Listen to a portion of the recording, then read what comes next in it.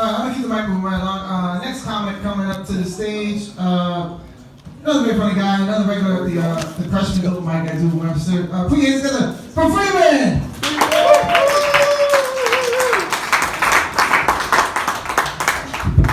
Alright, Happy New Year. Has anyone broken a New Year's resolution yet? No, it's only the second, come on. I had a friend that actually did. I talked to her this morning and she said that she was going to give up drinking and she said she couldn't make it through New Year's Day. So that's all right. A lot of people start with the New Year's resolutions to get in shape and to work out. And what I've done, and of course, they stop after the first week. So what I've done to take care of this is I started working out on December 29th. So that when I stop working out on January 4th, I can say, yeah, I've been doing that shit since last year. Yeah, New Year's resolution. So, does anyone else get depressed during the holidays? All right, good. Now I feel better about myself. I've got a lot of friends that are pro-gun folks, and they like to say every year that Die Hard is the greatest Christmas movie. Right? I know, I think it's pretty kick-ass. And they think it's a Christmas movie because it happens on New Year's Eve. Now, I watch Die Hard every year because I've kind of adopted this, and I think that John McClane is one of the most unlucky police officers ever. Because everywhere this guy goes for Christmas is a fucking terror attack. Dude, he should really just stay home, have some people over, and really take it easy, so. Another Christmas movie that is kind of a tradition in my family, especially when I was growing up, was watching It's a Wonderful Life. Anyone watch this? Yeah, okay. Did you hate it? You can say yes. Like after the 70s. Right, right. Well, I used to watch it with my aunt when I was a kid, and I never appreciated it, and I never enjoyed it. And after I got older, a little bit of life happened to me. I started to watch it and I'm like, you know what? This movie really does have a lot of meaning to it.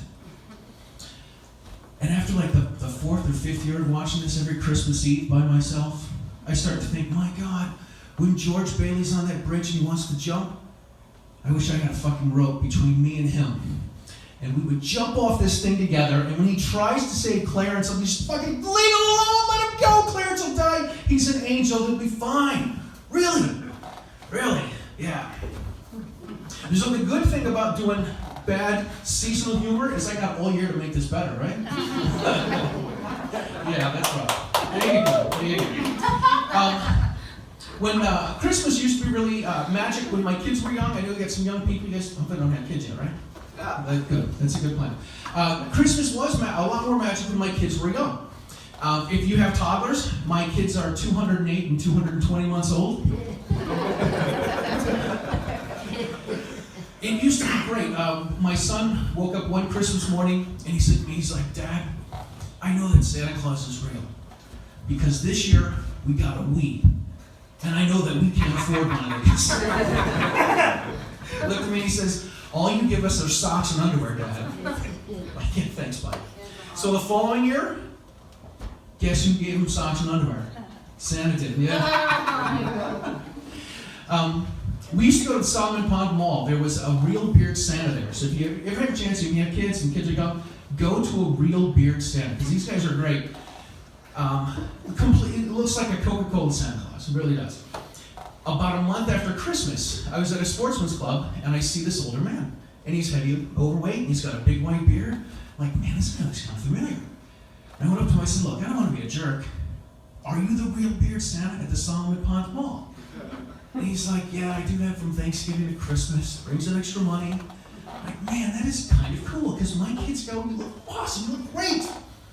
So I get home that night about midnight, and I call her my first ex-wife, but my wife said to me, she's like, where were you tonight? I said, you won't believe who I was hanging out with. I said, I was hanging out with Santa Claus. So a week later, I go out, come back at about midnight, she looked at me, she's like, were you hanging out with the Easter Bunny this time? Yeah, the real beard Santa, he's really good. I'm a happily divorced man now. Happily divorced now. I live in a crappy little apartment, and it's not really a great place. I've had a problem with mice over the last couple of years. A couple summers ago, my son was home with my daughter, and his girlfriend was over, and they saw a mouse running in the living room, right? So my son's girlfriend took a broom and a screwdriver, and she taped the screwdriver to the broom, and she stabbed the mouse. I'm so glad that she broke up with him and he didn't break up with her. That was a close one. So what I do now with the mouse issue is I use the glue traps. You guys use these for mice?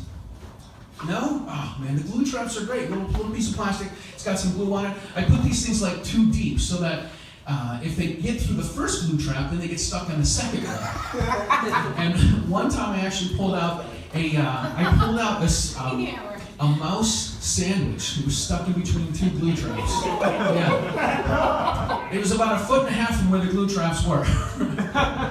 So the other thing that I do is, of course I scoop it up and throw it out. Then I get some more glue traps and put them too deep up against the wall. Well, what I do now is if I check on these every couple of days to see if there's anything in there. But what I do now is if there's a mouse that gets stuck, I leave them there. Leave it there for about a month or so. It doesn't smell worse than the rest of the apartment, let me tell you that. But I leave them there because I'm hoping that the dead mouse that's sitting in the glue trap is a reminder for the other mice that decide to come up. It's like in the desert when you run across the dead body and you're like, holy shit, dude, maybe we should turn around and get the fuck out of here. This is kind of what I hope the mice do. And honestly, it's worked pretty well. The last time I've had a mouse is about 1.5 years ago. So anyway, listen, my time is up. I'm going to bring Josh up here. You guys are great. Thanks. Happy New Year.